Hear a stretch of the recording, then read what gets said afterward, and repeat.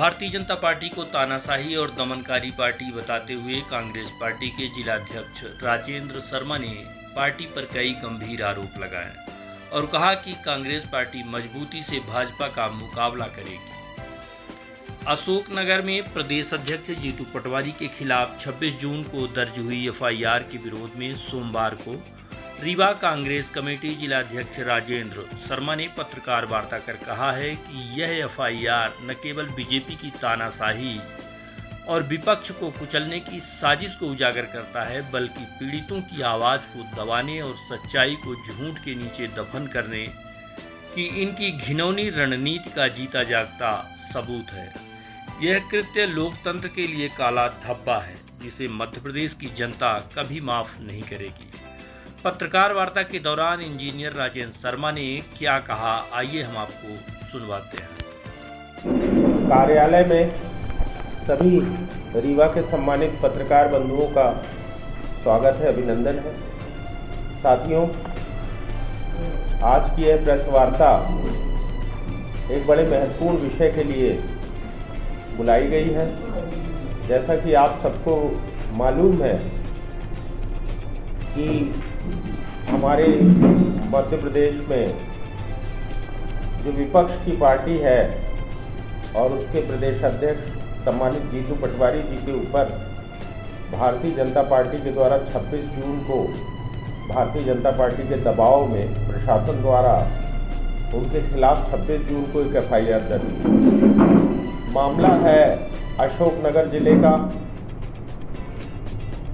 10 जून की घटना है, जहां गजराज लोधी और रघुराज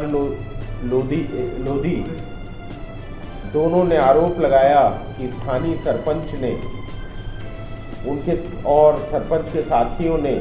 उनके साथ मारपीट की, उनकी मोटरसाइकिल छीन ली और उनको जबरदस्ती अमानवीय रूप से मल खिलाने का प्रयास किया।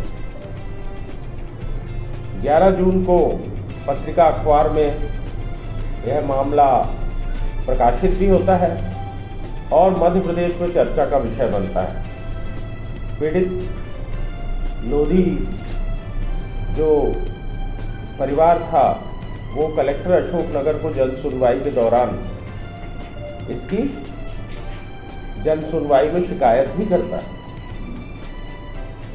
और फिर अचानक से ये मामला एक नया रूप लेता है। 25 जून को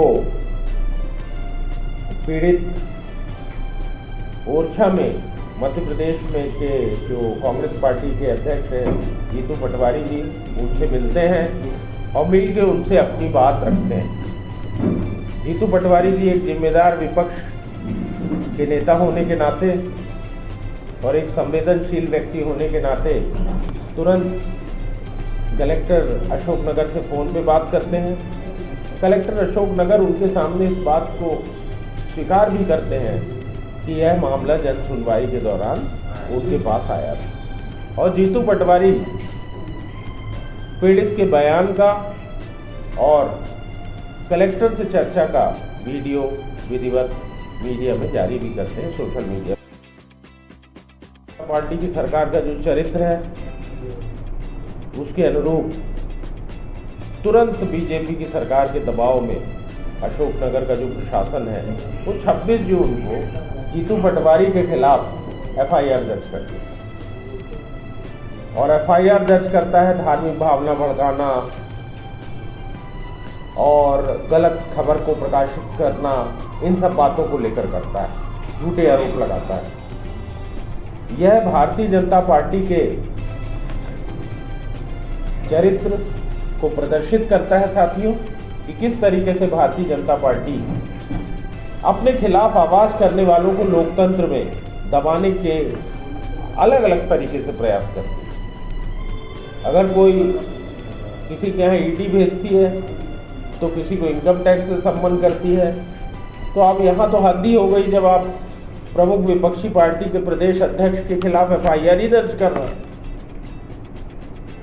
और जबकि वो जीतू पटवारी जी कुछ नहीं करते, केवल एक मध्य प्रदेश के नागरिक की एक समस्या को जनता के बीच में लाते हैं, जिसको अपने आप में ही ऑलरेडी एक अखबार, प्रतिष्ठित अखबार प्रकाशित कर चुका है, जो मामला जन सुनवाई में जा चुका है। उस पर अगर प्रदेश का प्रतिपक्ष का नेता, कोई प्रतिपक्ष की पार्टी का कोई नेता अगर कोई चर्चा करता है तो उसके खिलाफ एफआईआर की जाती है।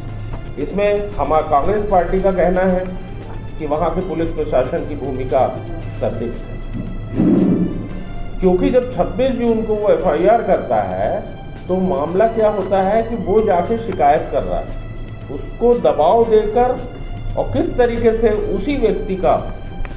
गजराज लोधी का, किस तरीके से बयान बदलवाया गया, किस तरीके से उससे दबाव में नया स्टेटमेंट दिलाया गया, और क्या भूमिका उसमें प्रशासन की थी और क्या भूमिका उसमें पुलिस की थी। हम चाहते हैं इसकी जांच हो। मध्य प्रदेश कांग्रेस पार्टी की मांग है साथियों कि हम इस घटना की कड़े शब्दों में निंदा करते हैं और चाहते हैं कि इसकी निष्पक्ष जांच हो, जिसमें पीड़ितों के दोनों बयान 10,225, 10 जून 2025 और 26 जून 2025 के शपथ पत्र, इनकी जांच होनी। अपने शपथ पत्र में नए आरोप लगाए, जीतू पटवारी जी के ऊपर जो एफआईआर हो उसे रद्द की जाना चाहिए, और जो भी इसके जिम्मेदार अधिकारी हैं इस एफआईआर को दर्ज करने के लिए और जो इसमें प्रशासन की ओर से दबाव बनाने का जिन्होंने काम किया, उनके खिलाफ जांच की जानी चाहिए और उनको दंडित किया जाना चाहिए। पीड़ितों को निश्चित वो दबाव में बयान दे रहे हैं तो उनकी जान को खतरा भी है, तो उनको सुरक्षा भी उपलब्ध कराई जानी चाहिए। हम मध्य प्रदेश के जागरूक जनता को, आप सभी जागरूक पत्रकार बंधुओं के द्वारा मध्य प्रदेश की जनता से इस बात की अपील करते हैं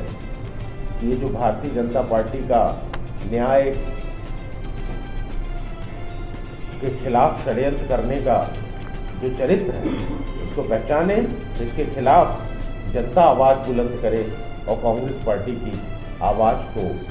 मदद करें और सहयोग दें। साथियों, ये बीजेपी का जो तानाशाही और दमनकारी चरित्र है, ये जनता के बीच में आना चाहिए। ये जनता को पता लगना चाहिए कि किस तरीके से बीजेपी तानाशाही और दमनकारी तरीकों से मध्य प्रदेश की सरकार यहाँ काम करती है। हम बीजेपी की सरकार को भी इस बात की चेतावनी देते हैं कि अगर बीजेपी की सरकार इस किस्म का काम करती रही तो हम जनता के बीच में जाएंगे और जनता के माध्यम से कांग्रेस पार्टी न्याय की रक्षा की मांग को बुलंद करेगी। धन्यवाद।